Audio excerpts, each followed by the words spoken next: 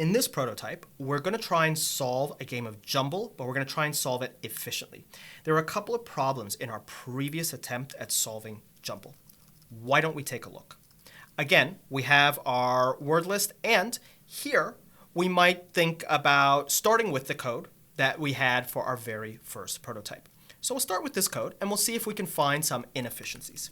Here's where another lie is commonly encountered anytime you talk to somebody about how do I do this efficiently or in an optimal fashion. And there's certain aspects of this lie that we're very familiar with and certain aspects of this lie that we're not familiar with. Here's an aspect that we're very familiar with. Well, why do you need to be that fast in the first place, right? What do you need that speed for? You know, somebody says, oh, faster code is better code is an implicit thing anytime somebody times something, that it's actually a worthwhile activity to time something. But what's the real consequence? That's something that we're all very familiar for. Anytime somebody says, oh, I wrote your one-liner as 17 lines with 15 more dependencies, and it's 3% faster, and you say, well, buddy, it already took 1 microsecond. Do I really need to take a fraction of a microsecond for a task that I do once every year? At that level of complexity? No. Here's another aspect of the lie. 1, we never really specify, do we want our code to be fast enough? Or do we want it to be the fastest? And there are circumstances where we want both. I'll give you an example. Let's say we are in a competitive environment. And so we have a competitive jumble solver. And our competitors are constantly throwing people at their jumble solving code to make it faster than ours. Which means that if we find some micro-optimization today, and that micro-optimization is no longer the appropriate micro-optimization tomorrow because it makes use of some library and that library has a performance regression in it, then our competitor might come in, swoop in, and eat our lunch. And of course, for the purpose of solving jumbles, maybe that's not such a big deal, but you can think there are circumstances where you have a competitive need to be faster than the others, and you are going head-to-head with them, constantly developing some code, and you have to make sure that you're always ahead of them. There are many use cases where this is important. Now, there's a little bit of a blurred line between that and fast enough. Fast enough would be, we say as part of an overall business process, the solving of jumble should be something that to an end user should be largely instantaneous. They shouldn't have to go up and get a cup of coffee and then come back and it's still running, because then they'll never want to use our product. And there's some blurred space in between that of if it takes them, more than 5 seconds to get an answer, then they're going to, move on to the next product or move on to the competitor. If it is the case that we need to be competitively fastest, this ends up being an enormous engineering effort in general. Because what I can do is I can time this code. And there's a lot of different ways that I can time this code. I'll show you a very simple way. I could do something like just write a simple context manager for myself that uses perf counter that just times some code. And the choice of the exact timing mechanism is largely not that interesting for my purposes, because you can think I could use an external timer. There's tools like Hyperfine. I can find how to get the highest fidelity, lowest noise timing measurement. But I'm just going to choose to use a construct like this just because it tends to be something that I can easily reach for, and I can show that to you quite easily. And so here, we'll just start a monotonic counter before and after, and we'll yield control in the middle. We'll just do a try finally here. And at the end, we won't even store this measurement. We'll just print it out to the screen. So here we'll say elapsed mathematical bold capital delta. So the elapsed time is the stop minus the start. Let's give this 6 digits of precision, number of seconds. And we'll even put a little message at the beginning just so we can, if we have multiple timing measurements, we can tell them apart. There we go. And so here, what you can think with this simple little timer here is I can say something like with timed, with a test. We can import sleep, and we can sleep for 1/10 of a second. We can see this isn't the greatest timer because it takes 1.03 seconds. There's quite a bit of noise here. But obviously, we can replace this with a better, higher fidelity timer. Now, if I'm to do this, one of the things that I'm going to set as my baseline is, well, I can't tell you that I need to make this faster unless I know if it's fast or slow, and I can qualify that. So what I'll do is I'll say with timed, simple test, and we'll see how long this takes. And we'll use that as our benchmark. Here's the problem.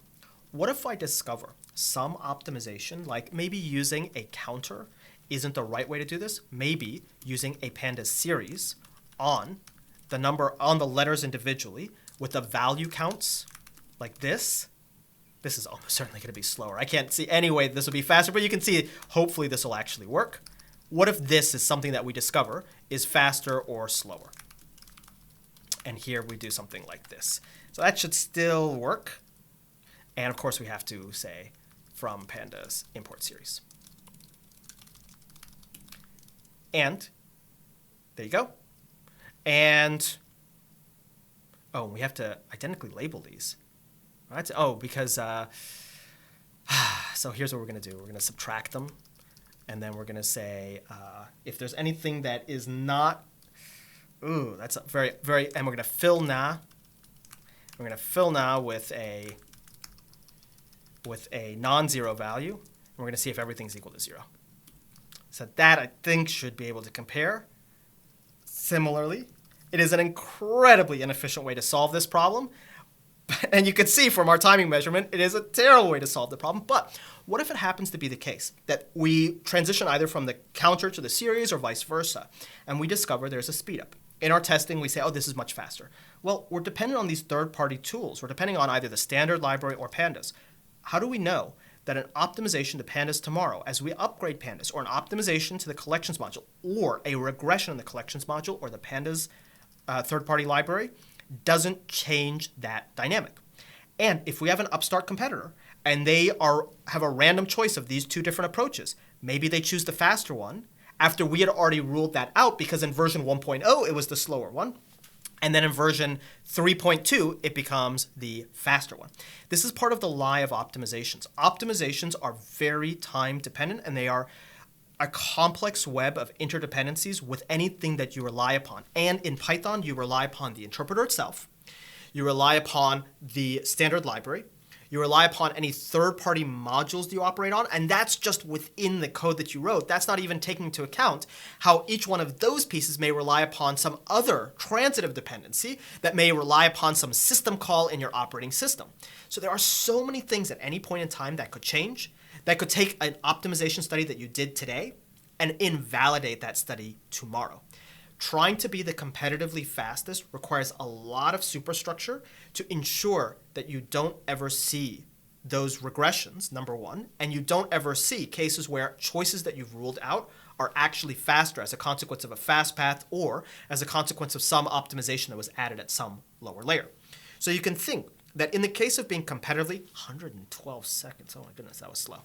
But in the case of competitively fastest, well, you actually need to have some framework in place, some operational processing case to actually continuously check the things that you ruled out. In the case of being fast enough, well, then a regression test is sufficient. Clearly enough, if we set our benchmark for 112 seconds, then we can say, you know what, as long as it's never worse than 112 seconds, then we haven't seen a regression, and it's fast enough for our users. This is why, for the most part, when you look at micro-optimizations, it is very easy for you to eliminate a micro-optimization because by saying, look, it doesn't really contribute to our bottom line of this being fast enough, but that requires a business decision of what constitutes fast enough.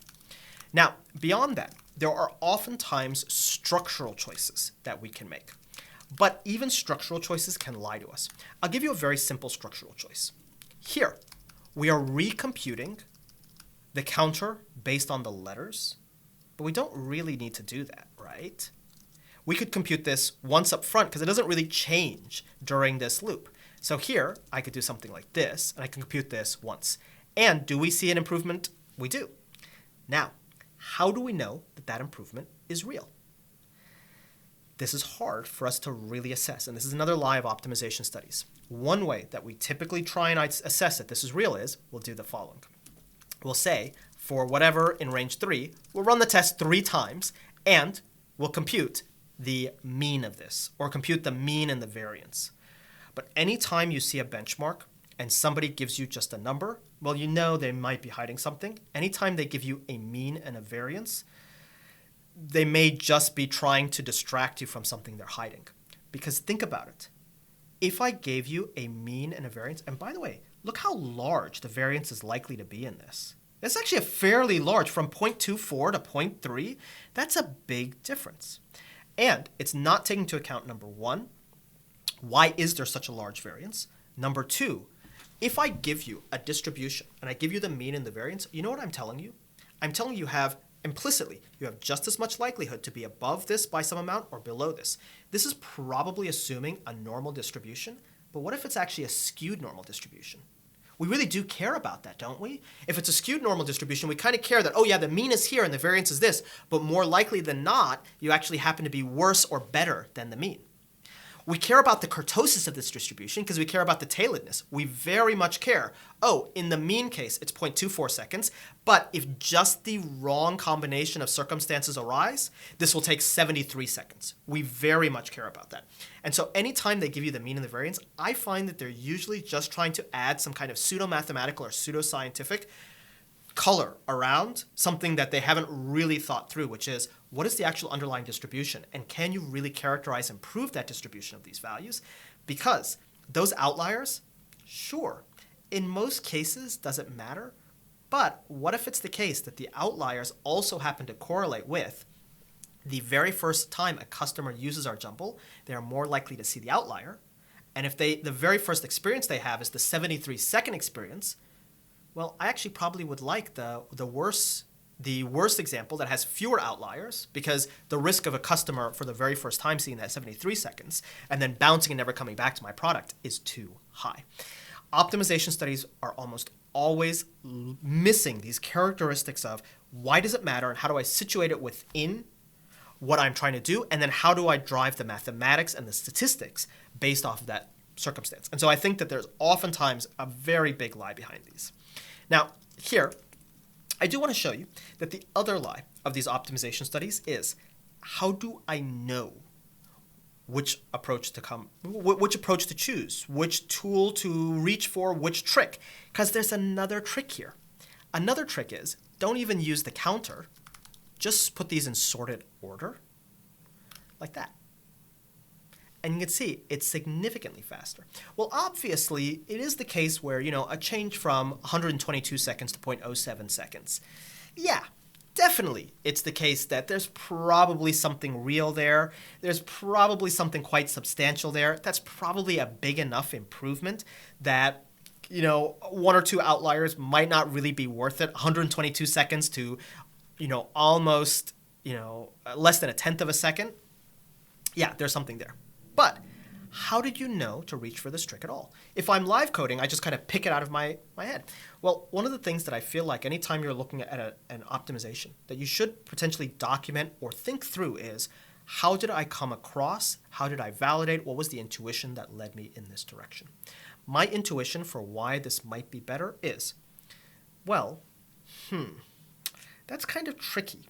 I think it would be that the construction of the counter object is probably going to be linear time. So I have some big O analysis. It's going to require an allocation. It's going to require creating a fairly heavyweight structure, that counter object, and all of those are going to take time. And the sorted is basically going to create a Python list, which is kind of lightweight. It'll create at the C layer. It's going to use the Python sort, the tim sort, which probably for things of this size is going to be just a very simple sort, which may itself be approximately, it might even be a linear sort, one of these specializations where, they can figure that out. And critically, I could probably, for these small words, I could probably do like a radix sort, and I could probably simplify this further. If I'm thinking in that direction, then you can think that if it's the choice of the data structure, you might reach for another data structure, something like a prefix tree, and we could think about introducing a new optimization to further improve this, some sort of prefix tree or some sort of pre-computation on the data.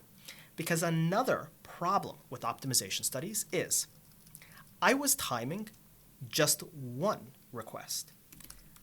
And so if I wanted to time not one request, but multiple requests, then what I'm going to see is the aggregate time of multiple Jumble solutions is going to be dependent on things that I might do to pre-process the data, whereas the timing of one isn't going to reflect that, right? I won't see the advantages of pre-processing the data here. I might, if I time the how much it takes to pre-process the data, then I can maybe include that externality, but there's all of these externalities. And it is very, very common that I see in micro optimizations that people will time individual lines of code, but they won't time holistic processes. And as a consequence, those individual lines of code will be faster, but they'll evict things out of cache, which will cause all the subsequent code to be slower. And so here is what I would leave you with. Live coding is, yes, a lie, but optimization studies are often worse or more severe lies because they waste our time. Nobody wastes their time to live code really well, but people waste a lot of their trying time to optimize. Optimization is very, very tricky to situate within a business context without thinking first about why do we care about this, what do we care about, and how much effort are we willing to put into this. Generally, if you can get away with making something fast enough and sticking with just regression tests, great. If you're looking for optimizations, that is very tricky.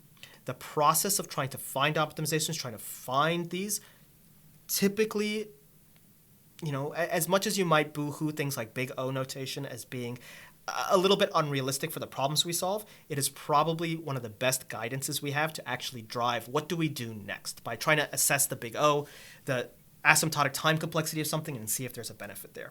Other simple benchmarks of things like knowing what is fast or slow within the given language, calling functions tends to be slow in Python, allocating individualized objects tends to be slow. Those kind of things might be general benchmarks, but without a longer discussion, it's very difficult for us to say. Given a problem that looks like this is how we actually figure out what it's going to take to solve that.